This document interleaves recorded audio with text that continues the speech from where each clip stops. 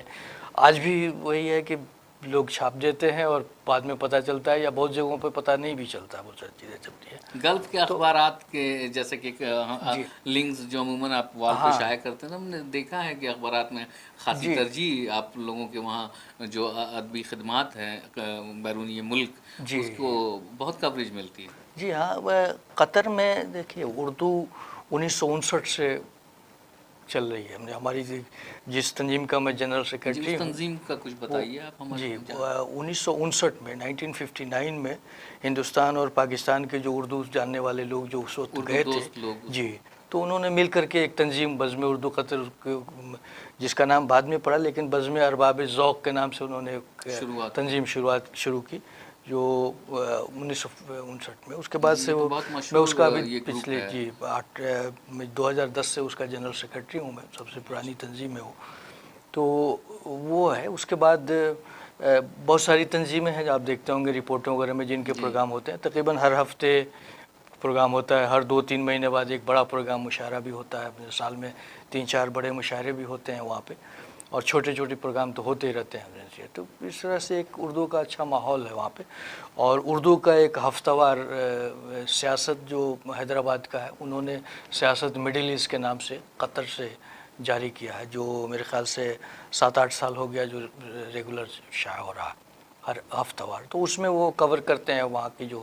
تو آج جب کہ عالم یہ ہے کہ قطر ایک بیرونی ملک ہے، جی اور وہاں اردو کے اخبار کا اپنا ایک ایڈیشن شائع ہوتا جی ہے جو قطر کو ڈیڈیکیٹڈ بالکل ہوتا ہے اور قطر ہی سے شائع ہوتا ہے، جی جی تو اردو کی اس قدر وہاں پاپولر ہونے کے پیچھے آپ کی تنظیم بزم اردو کی خدمت، اس کا مطلب ہے کہ قطر میں بڑی گہری رہی۔ دیکھیے میں نے تو صرف قطر کی آپ کو بات بتائی، سعودی میں اردو نیوز کئی برسوں سے، مطلب میرے خیال سے 15-16 سال سے ریگولر شائع ہو رہا ہے اردو نیوز کے نام سے جو ہے، تو وہ ہے۔ اس کے علاوہ دبئی وغیرہ میں بھی اس طرح سے چھپتا رہا ہے۔ تو وہاں اسکولوں میں اردو پڑھائی جاتی ہے، اردو جتنے بھی انڈین اسکول ہیں اس میں سب میں جیسے سیکنڈ لینگویج اور تھرڈ لینگویج کے طور پہ اردو بچے پڑھتے ہیں، پڑھنے والے اس میں ہے۔ دوسری اور یہ کو تنظیم کا باضابطہ اس میں تو فوکس نہیں ہے، لیکن جو کمیونیکیشن کی زبان ہے، رابطے کی، خلیج میں بھی جو ایک دوسرے سے جو کام میں، دکانوں میں، اس میں ہمیں تو محسوس ہی نہیں ہوتا ہے کہ ہم دوسرے ملک میں رہ رہے ہیں۔ جی آج تک ہمیں کہیں ضرورت نہیں پیش آئی کہ ہم عربی بات کریں یا صرف انگلش بات کریں، صرف آفیشیل ورکس میں ہمیں ضرورت پڑتی ہے، باقی ایسے جو ورک وہاں ہیں ایک بڑی اس میں تعداد جو ورکرز کی جی۔ ہے، تو شاید یہ ایک ماحول تو اس کی وجہ خلیج سبب میں ہے، جو عام رابطے کی زبان ہے، جو ورکر لیول تو وہ اس میں وہ اردو بہت اردو ہی ہے، یعنی کہ آپ اس کو اردو کہیں یا ہندی کہیں، چونکہ اردو اور ہندی میں جو لو لیول میں جو بات چیت کے کمیونیکیشن اس میں کوئی ڈفرینس تو ہے نہیں، دونوں کی ایک ہی ہے۔ جب ہم لٹریچر میں جاتے ہیں تو پھر اس میں فرق تھوڑا ہو جاتا ہے انداز کہ ہندی میں اور اردو میں، ورنہ بنیادی جو کامن آدمین کے لیے وہ اردو اور ہندی ایک ہی زبان ہے ایک طرح سے بات چیت۔ افتخار صاحب، جیسا کہ آپ کے تعارف میں ہم نے دیکھا، آپ نے جو اپنا ہائی اسکول ہے وہ وہیں سے میرگنج سے پاس کیا ہے، مولوی اسماعیل میموریل اردو ہائی اسکول سے۔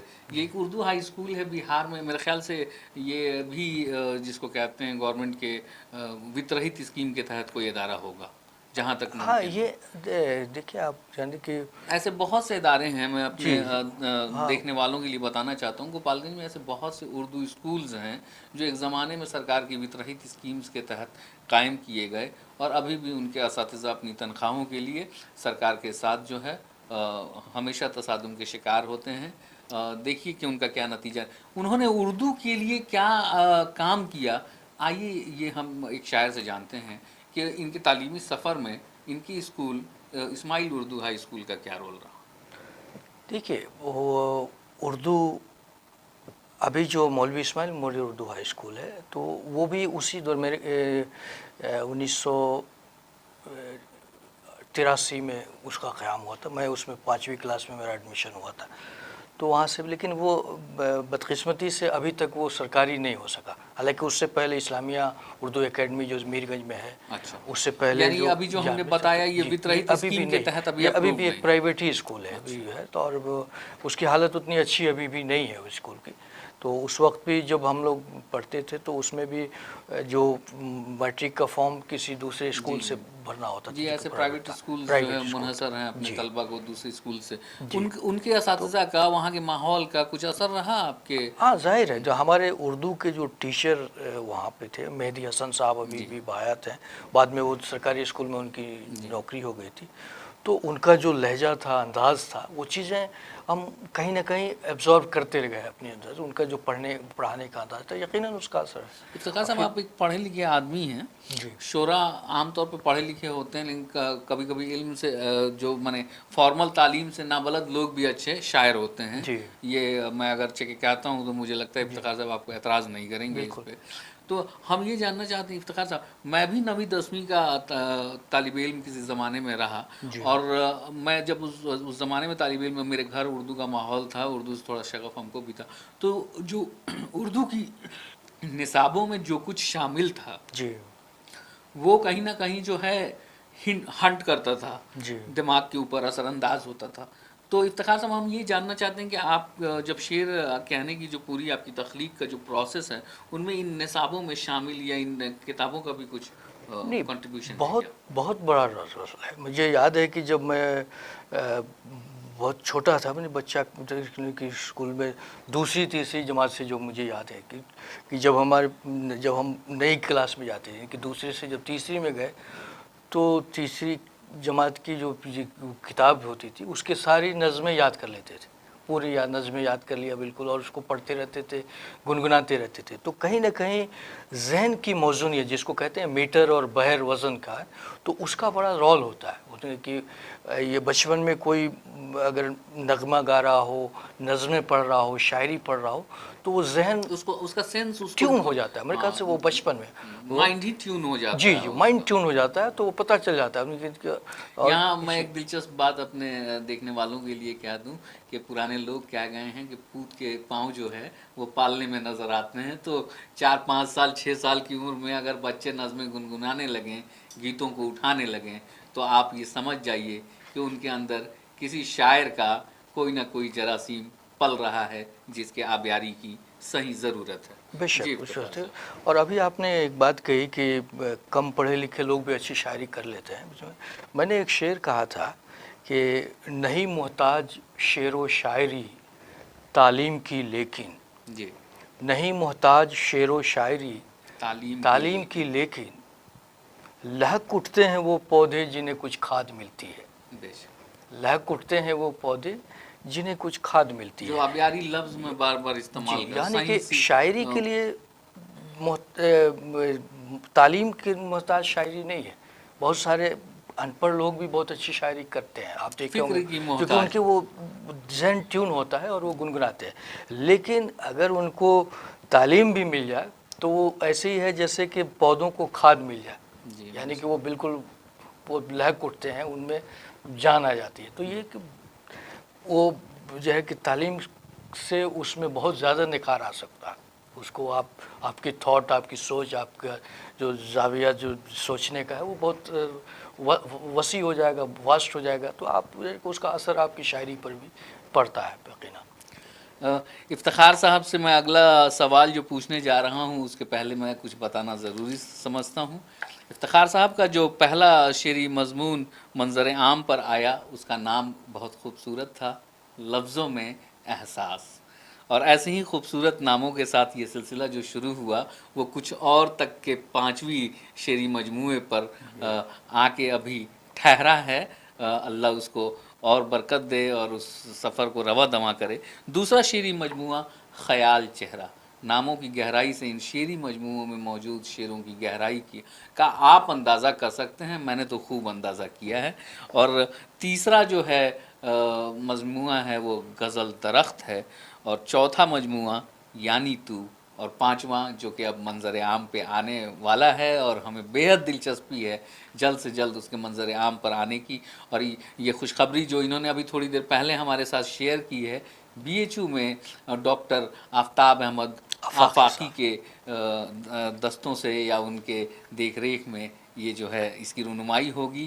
کچھ اور کے انتظار میں افتخار صاحب کا یہ سفر جاری رہے، ہم اس کی دعا کرتے ہیں۔ افتخار صاحب، ہم یہ آپ سے پوچھنا چاہیں گے کہ جو آپ کا تعلق گوپال گنج کے جس حصے سے ہے وہاں کی اردو پر، ایک قطر میں بھی آپ ہیں، آپ بیرونی ملک بھی ہیں، آپ نے دلی جیسے شہر میں تعلیم پائی اور آپ بہار جیسے ایک علاقے سے تعلق رکھتے ہیں، جی تو ان تینوں میں اردو کے حالات پر اگر چونکہ ہم موازنہ کریں تو ہم تھوڑا سا جو ہے گوپال گنج کی اردو، پھر گوپال گنج کے اطراف کی شاعری پر ہم آپ کو لے چلیں گے۔ تو پہلے گوپال گنج کی اردو سے شروعات کرتے ہیں کہ آپ جب ان چھٹیوں میں آتے ہیں، اپنے گھر جاتے ہیں، محلے جی پڑوس کے بچوں سے ملتے ہیں، لوگوں سے ملتے ہیں، کیا پاتے ہیں، کیا ہے اردو کی حالت، دیکھیے، آپ جو گوپال گنج میں زمین پہ اردو کی گاؤں حالت؟ میں تو بھوجپوری زبان میں کمیونیکیشن، بات چیت ہوتی ہے، معاشرے وہ تو بات جن ہے، کی زبانیں لیکن اردو رہی ہیں جی میں ان کی جہاں بات کروں۔ اردو زبان جو سیکھنے کی بات ہے تو افتخار صاحب،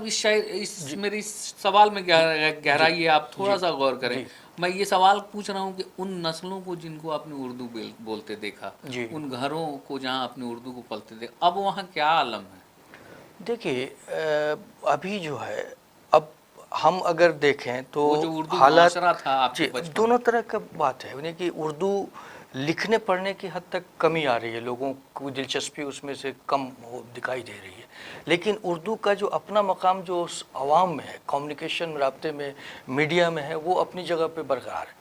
بات چیت جو بھی آپ شاعری ہوتی ایک ہے، مقبول جی عام صنف ہے اس جی زبان کی۔ فلموں کے جی ذریعے سے ہوئی ہے، جی لیکن اردو میں یقیناً لکھنے پڑھنے والوں کی کمی ہو رہی ہے، جو بہت ہی ادبی پیمانے پہ جو جی مطلب یہ یا یعنی تخلیقی عالمی جو پیمانے کام، پہ ہم مطلب ہندوستان کے تناظر میں بات کریں گے، یعنی کہ اب دوسری جگہوں پہ ہم نہیں کر سکتے، جہاں پہ بھی باتیں ہوتی ہیں، کہ یہاں پہ ہے کہ اردو کے لکھنے پڑھنے والے کم ہو رہے ہیں، اور اس میں اردو والوں کا زیادہ قصور ہے، جو لوگ اپنے آپ کو اردو سمجھتے ہیں۔ ایک جو ہے کہ اس کو مذہب سے جوڑ کر کے لوگ دیکھنے لگے ہیں، حالانکہ یہ اردو تو جو ہے تعصب ہماری والی سوچ گنگا ہے، جمنی تہذیب کی جو ہے مشترکہ وراثت ہے، اس میں مشترکہ وراثت ہے، جی اس تہذیب کی، اس جی ثقافت کی ایک اہم پہچان ہے وہ۔ بڑی تعداد ہے جو کو اردو میں جو ہے جی سب بالکل۔ مذہب کے لوگوں نے اس میں ارے اس ملک حصہ کی لیا تاریخ کا ہے۔ جی ایک بڑا اور حصہ یہ اگر کہ اردو نے پریزرو نہیں کیا جی ہوتا تو بالکل، شاید وہ لوگ اس ملک کے تاریخ کے ایک بڑے حصے سے ناواقف بے ہوتے ہیں۔ شک بے تو شک اردو کی اس میں اس کوئی شک کنٹریبیوشن کو تو کبھی کوئی رد نہیں کر جی سکتا۔ افتخار صاحب، شاعری کے اس سفر میں جب کہ آپ خود منظر عام پر آئے اور اس کے بعد مختلف شعراء سے آپ کا ملنا ہوا، تو آپ خود جہاں سے تعلق رکھتے ہیں وہاں سے لے کے اور قطر جیسے ایک بیرون ملک تک میں، جی ظاہر سی بات ہے کہ شاعری کے وہ بڑے نام جو اسٹیجز کے بڑے نام ہیں، یا پھر وہ بڑے نام جو کہ صرف اکیڈمکس کے بڑے نام ہیں، وہ بھی بیرون ملک کے اہم نشستوں میں شامل ہوتے ہیں، آپ کو ملنے کا ان سے موقع ملتا ہے۔ جی تو تھوڑی سی گفتگو ہماری اردو کی جی شاعری پر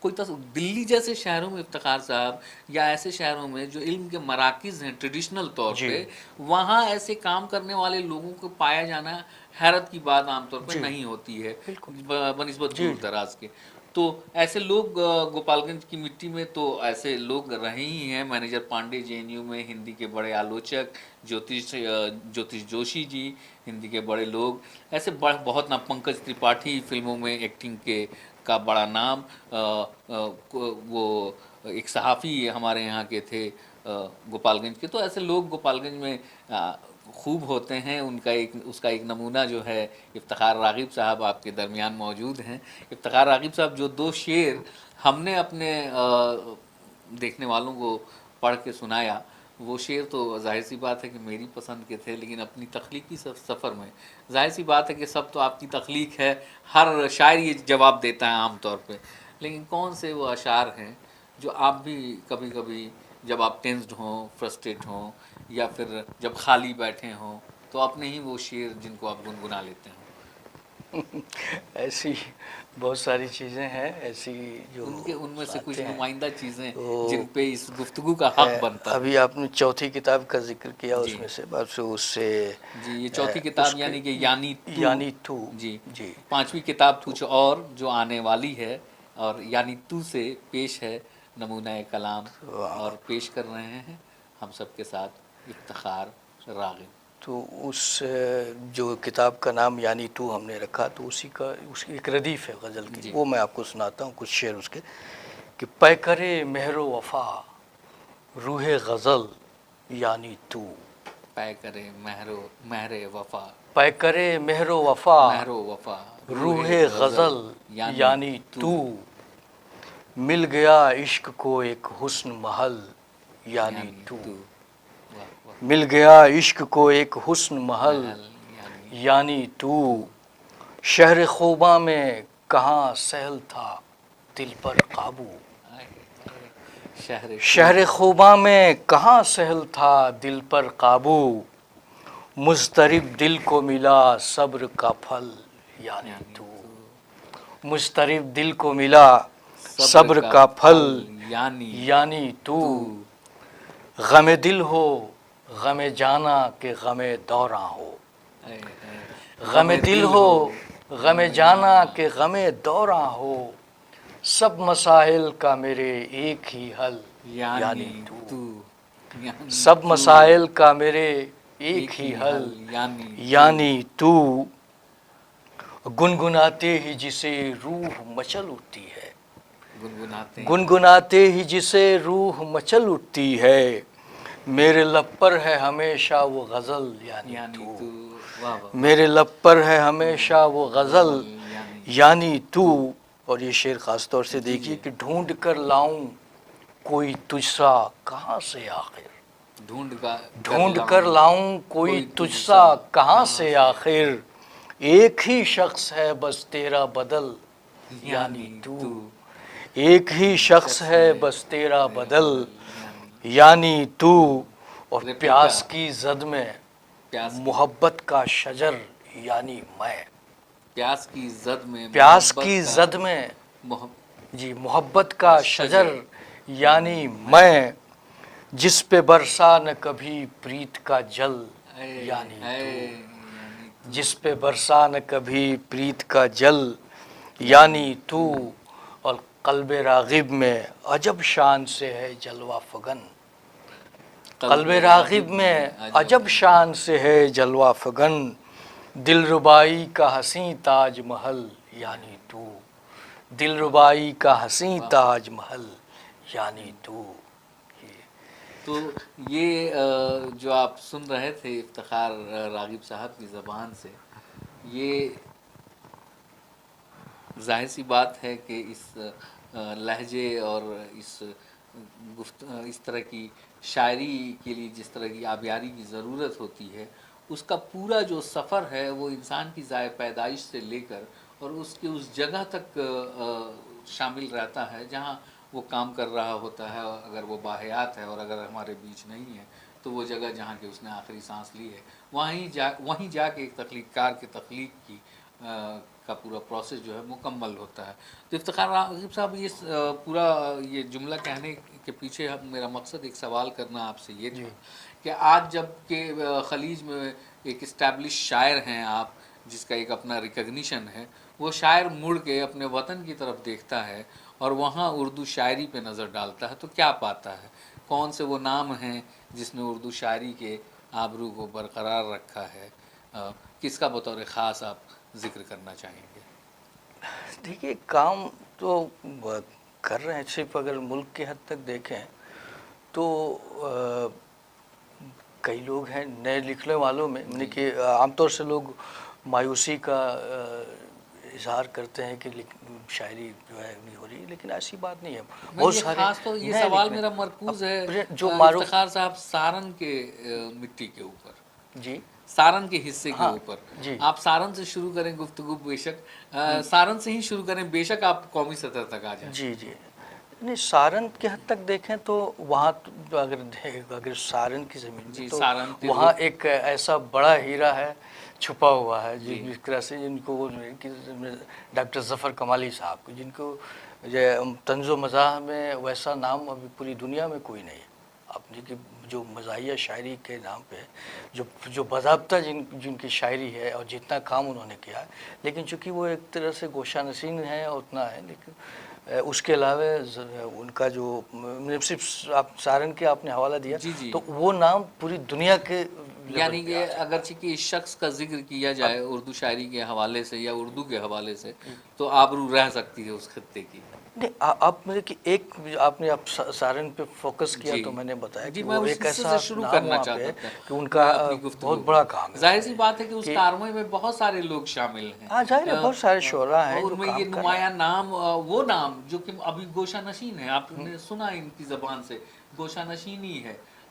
بہت میڈیا میں آپ نہیں سنیں گے ذکر، لیکن جو علم سے فہم لوگ ہیں وہ جانتے ہیں، وہ پہچانتے ہیں ایسے لوگوں کو، اور ایسے لوگوں میں یہ ایک بڑا نام ہے. ہم کبھی کوشش کریں گے کہ وہ ہمارے ساتھ ہمارے اس اسٹوڈیو میں آئیں اور ہماری اس محفل میں شریک ہوں، ان کے بھی نمونہ کلام سے آپ استفادہ حاصل کریں.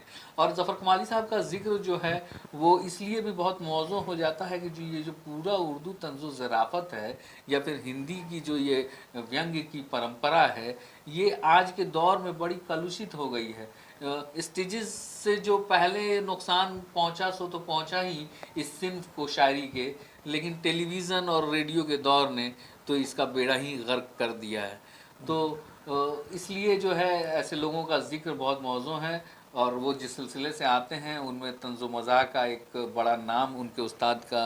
افتخار صاحب آپ بتائیں کیا نام تھا ظفر کمالی صاحب کے استاد جو طنز و مزاح کے؟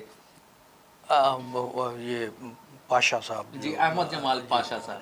احمد جمال پاشا صاحب کا وہ سلسلہ ہے جس سے کہ ظفر کمالی صاحب جیسے یہ ہیرے تراشے گئے ہیں. احمد جمال پاشا صاحب پر بھی ہم ایک خاص گفتگو آپ سے ظفر کمالی صاحب کے ساتھ ریکارڈ کریں گے اور آپ کو سنائیں گے. فی الحال ہم اپنی گفتگو کو پھر موڑتے ہیں افتخار راغب صاحب سے.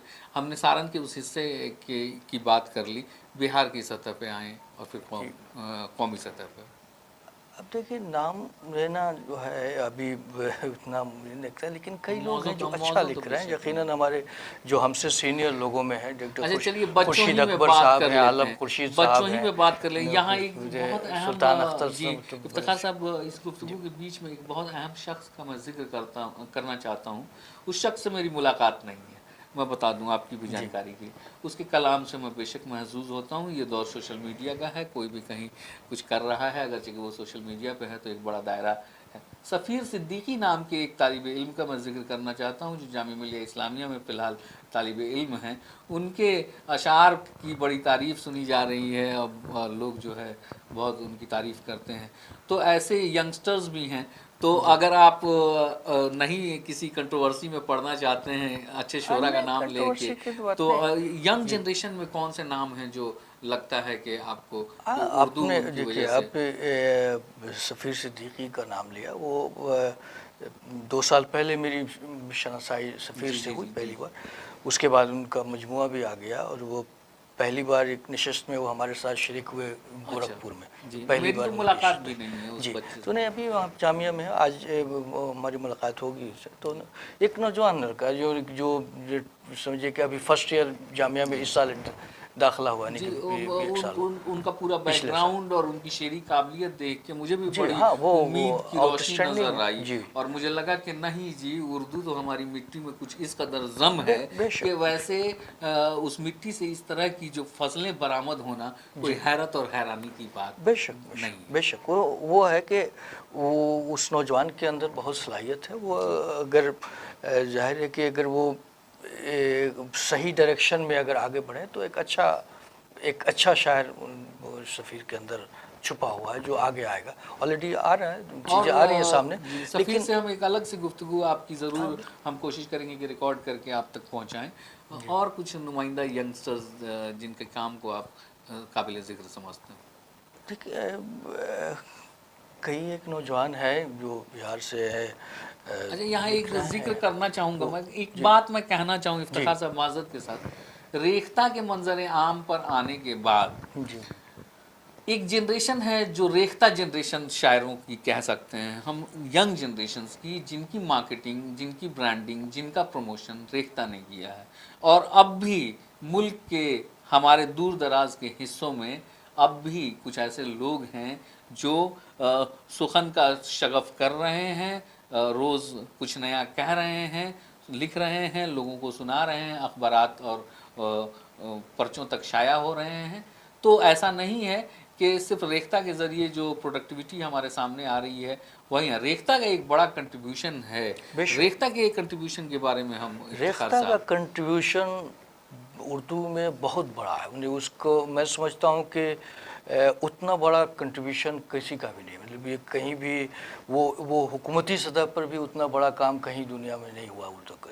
ابھی جس قدر وہاں پہ یعنی کہ اردو کی جو پوری وراثت ریختہ کے پاس دھیرے دھیرے سمٹتی ہوئی آ رہی ہے، وہاں سے آپ تلاش کر سکتے ہیں، جی اور مضبوط حوالے کے طور پہ بہت ہی اس میں انہوں نے محنت بھی کی ہے کہ ایسی ویسی چیزیں نہیں شامل کر لی ہیں، بہت ہی ایسا محسوس ہوتا ہے کہ بہت چھان پھٹک کر اور تحقیق کر کے چیزیں وہاں پہ شامل کی جاتی ہیں، اور اس میں اضافہ ہو رہا ہے۔ آپ نے کہا کہ دور دراز کے شعراء کا نہ ہو، لیکن اس میں اضافہ ہو رہا ہے، آپ نہیں دیکھیں ڈیٹا گے بیس بے تو شک، ظاہر ہے کہ جہاں تک ان کی میرا رسائی ہو مقصد رہی ہے۔ میری جی جس تیور میں میں نے گفتگو کی اس جی تیور میں ریختہ کی تنقید تو بے شک سب کے ظاہر کاموں ہے کا اس ہونا میں چاہیے، لیکن تنقید کا میرا ارادہ نہیں تھا۔ بےحد خوبصورت کام ریختہ کے پلیٹ فارم سے سنجیو صراف کی ٹیم اور ہمارے جامعہ کے ایک بہت ہی بڑے عالم پروفیسر انیس الرحمان صاحب کی نگرانی میں وہاں ہو رہا ہے، اور اردو کی آبیاری میں یقیناً وہ ایک بڑا کردار ادا کرے گا۔ بے شک یہ ایک بڑا ہاؤس ہے، سنجیو صراف ایک بڑی شخصیت ہیں، انہوں نے اردو کی یہ خدمت کی ہے، بے شک اردو کی تاریخ میں ان کا نام سنہرے حروف میں بے لکھا شک جائے گا۔ بے شک یہاں ایک بڑے اہم جی شخص کا میں ذکر کرنا چاہوں گا افتخار صاحب، جی عرشیہ پبلیشرز کا ذکر کرنا جی چاہوں گا، اور ان کے جو کرتا دھرتا ہیں جی جناب اظہار جی ندیم، جی ان کا ذکر کرنا چاہوں گا۔ یہ ایک مطلب سنجیو صراف جی سے تو ان کا مقابلہ جو ہے نہ نہیں آپ جی کریں گے نہ ہم، نہ خود اظہار ندیم اپنا مقابلہ کریں گے۔ یہ ان کا ذکر میں اس لیے کرنا چاہوں گا کہ اظہار ندیم کو دیکھیے، میں اردو میں شاعری نہیں کرتا ہوں، ہاں اردو بولتا ہوں، اردو میں نے پڑھا ہے، اردو میں دلچسپی ہے، اردو میری جان ہے، اردو سے مجھے محبت ہے، تو اردو میں میری بڑی باریک نظر ہے۔ اردو میں عرشیہ پبلیشرز کے کام کو بحیثیت پبلیشرز میں دیکھ رہا ہوں، پبلیکیشن میں بہت ہی نمایاں کام ہے، اور ان کے کام کا ایک خوبصورت پہلو یہ ہے کہ اپنی مٹی سے جڑے لوگوں کے کاموں کو وہ مستقل پروموٹ کر رہے ہیں۔ وہاں سے نکلنے والے چھوٹے چھوٹے حصوں سے جو میگزین شائع ہوتی ہیں، ان میگزینز کے کمپائلیشن سے لے کے پبلیکیشن تک وہاں کے شعراء کو منظر عام پر لانا، عرشیہ پبلیشرز کے اس کام کے پیچھے اظہار ندیم کی محنتوں اور کاوشوں کو ہم اس لیے بھی سراہ رہے ہیں کہ وہ افتخار راغب کے دوستوں میں سے ہیں۔ جی کچھ بتائیں آپ اظہار ندیم کی ان کاوشوں کے بارے میں۔ اظہار ندیم صاحب نے بہت اچھی معیاری کتابیں شائع کی ہیں۔ یہ جو ابھی ہمارے ہندوستان میں جو موجودہ عہد کا جو بڑا نام عرفان صدیقی جی کا ہے، ان کی کلیات انہوں نے شائع کی، مظفر حنفی کی کلیات انہوں نے شائع کی، اس سے پہلے اور بھی منتخب ظاہر سی بات ہے منظر عام پر وہی چیزیں لاتے ہیں وہ جو منظر عام پر آنی چاہیے. جی. اور مظفر حنفی اور عرفان صدیقی جیسے لوگ تو ہیں ہی، ظفر کمالی جیسے بھی لوگ ہیں جن کے کاموں کو وہ منظر عام پر لے آئے. اور افتخار راغب صاحب کا یہ مجموعہ جو میرے ہاتھ میں ہے یہ عرشیہ پبلیشرز کا ہی ہے، اور اگلا وہیں سے ہو رہا ہے، وہیں سے شائع ہو رہا ہے. تو آپ جو ہے کچھ اور کو کیسے پا سکتے ہیں، تھوڑا یہ آپ ہمارے جاننے والوں کو بتائیں کہ جو کچھ اور حاصل کر کے پڑھنا چاہیں اس کے لیے اگر کتاب خریدنا چاہیں، ایپ کے متعلق ہم الگ سے سوال کریں گے. کتاب خریدنے کے لیے آن لائن اگرچہ کہ یہ کتاب اشیا پبلیکیشن کے ذریعے سے حاصل کر سکتے ہیں. دوسرے اور کچھ ڈسٹریبیوٹرز امیزن وغیرہ پہ وہ ڈالتے ہیں کتابوں، ابھی تک تو نہیں کیا ہے. اس جب بھی وہ لنکس آئیں گے ہم اپنے فیس بک پیج اور ٹویٹر پہ شیئر کریں گے، جبکہ خود شاعر جن کی یہ کتاب منظر عام پر آنے والی ہے. ایک کتاب کا منظر عام پر آنا صرف زبان کے لیے ایک بڑی بات ہوتی ہے، ایک شاعر کے لیے بھی بڑی بات ہوتی ہے. تو یہی موقع تھا جب کہ ہم نے گفتگو کے لیے افتخار راغب صاحب کو زحمت دی تو افتخار راغب صاحب نے انکار نہیں کیا اور اپنے مصروف شیڈول سے تھوڑا سا وقت ہمارے لیے نکالا. اور یہ جو دیار گفتگو ہے، اس دیار گفتگو میں آپ نے دیکھا کہ کتنے کتنے پہلوؤں سے اور کن کن موضوعات پر اور کن کن شخصیات پر ہم نے ان سے اس چھوٹی سی نشست میں بات کی. ہماری پوری کوشش ہوگی کہ ایسے شخصیات سے ہم آپ کو ملواتے رہیں. ہم نے افتخار راغب صاحب سے کہا تھا کہ حضور آپ جو بھی وقت دیں گے اس میں ہم ایک چھوٹی سی گفتگو ریکارڈ کریں گے اور بعد از اس کے چھوڑ دیں گے ہم اپنے دیکھنے چاہنے والوں کو کہ وہ دیکھیں. ان میں شامل ہیں کچھ آپ کے بھی دیکھنے والے، آپ کے بھی چاہنے والے، اور وہ آپ سے آپ کی زبان سے کچھ کلام سن لیں. تو پیش ہیں صارفین کے لیے، ہمارے جو ویورز ہیں ان کے لیے شاعر افتخار راغب صاحب. میں